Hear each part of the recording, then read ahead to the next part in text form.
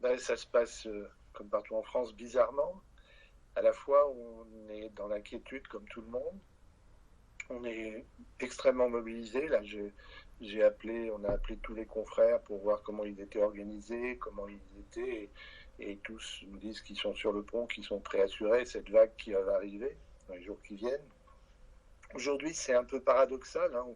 On voit bien les urgences, les couloirs de l'hôpital sont vides, les cabinets ne sont pas du tout surchargés parce que les gens ne viennent pas, ils ont peur, tous nos patients chroniques, etc., ne bougent pas. Et puis, on voit arriver des patients fébriles qui toussent, qui ont des symptômes suspects de coronavirus. Et donc, ceux-là, on essaye de les prendre, de ne pas mélanger les flux. Donc, ça nous a demandé enfin, tous les cabinets sont obligés de s'organiser, de répartir un peu les flux pour éviter que des patients potentiellement contaminés nous croisent les patients qui ont besoin de soins différents. Donc voilà, c'est une période comme après 40 ans de carrière, j'ai jamais vu ça passer. C'est un moment qui va être sûrement difficile, sûrement compliqué, avec une épidémie qui va durer. Je pense qu'il faut qu'on soit bien conscient qu'on est parti pour un marathon et pas pour un sprint. Ça va durer quelques temps. Certains m'ont parlé d'un pic autour du 15 mai, enfin autour de la mi-mai. Donc vous voyez, on est parti sur quelque chose qui va être difficile. Le confinement est une mesure indispensable et nécessaire. Il faut vraiment que ce message soit, les patients en aient conscience. Le confinement, comme on l'a appelé, restez chez vous, ça me semble être du bon sens et c'est vraiment une bonne précaution. Qu'est-ce qui vous a été demandé? Là, on est passé en stade 3. Qu'est-ce qui a été très concrètement demandé aux médecins libéraux?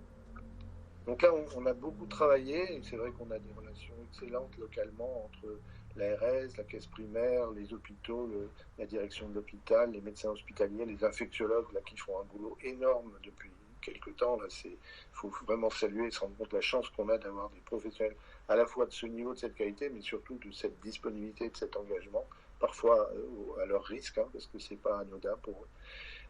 Donc on nous a demandé, on est passé de cette phase où les gens qui avaient des symptômes appelaient le 15 et réglaient le 15, mais maintenant on arrive sur une phase où les patients sont pris en charge en ville. Donc on nous a demandé de nous organiser, nous médecins généralistes, mais aussi les médecins spécialistes de premier recours, là, de nous organiser pour pouvoir prendre en charge nos patients.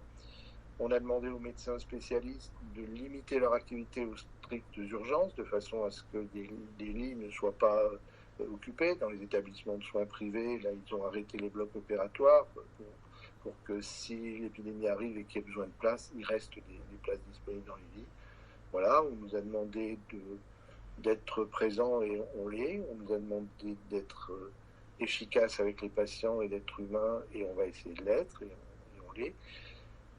Après, moi, je leur ai demandé de se protéger et c'est là où ça pêche un peu, puisque comme vous l'avez entendu déjà, malheureusement, les masques ne sont pas disponibles. Donc, de jour après jour, on me dit, mais ils arrivent. Oui, parce que Emmanuel Macron, lundi, si je me trompe pas, a annoncé l'arrivée d'un certain nombre de masques pour les professionnels. C'est pas le cas aujourd'hui. C'est ce qui a été promis. Et puis, jour après jour, on me dit, c'est demain. Et puis bah, là, aujourd'hui, ils sont arrivés. Sachant que, en gros, on pense en Italie, 40% des soignants ont été touchés. Donc imaginez le système de soins avec 40% de médecins en moins, ça va être compliqué. Donc on attendait ces masques FFP2 et là, je viens d'aller chercher à la pharmacie des masques dont la pharmacienne m'a dit qu'il y en avait 18 par médecin et par semaine. 18 par médecin et par semaine, c'est pas beaucoup. Vous êtes inquiet? Oui, oui. Moi qui ai la réputation d'être toujours plutôt tout va bien, là je suis un peu inquiet. Mais enfin, c'est une expérience unique, ça va être super intéressant à vivre et ça va nous demander de réorganiser vraiment notre vision du système de soins, la collaboration entre tous les professionnels, que ce soit les paramédicaux, les infirmières, les kinés, les pharmaciens, les médecins, avec le monde hospitalier aussi. Et vraiment, par rapport à ça, voilà, moi c'est très positif parce que je trouve qu'on voit bien sur des valeurs aussi importantes que pour moi, c'est une guerre, hein, ce qu'on est en train d'ouvrir là. C'est une guerre virologique, mais c'est une guerre et il faut le vivre comme ça. Il faut qu'on soit prudent. Il y aura des grandes souffrances. Il va y avoir des morts. Il va y avoir des patients qui malheureusement font des formes graves.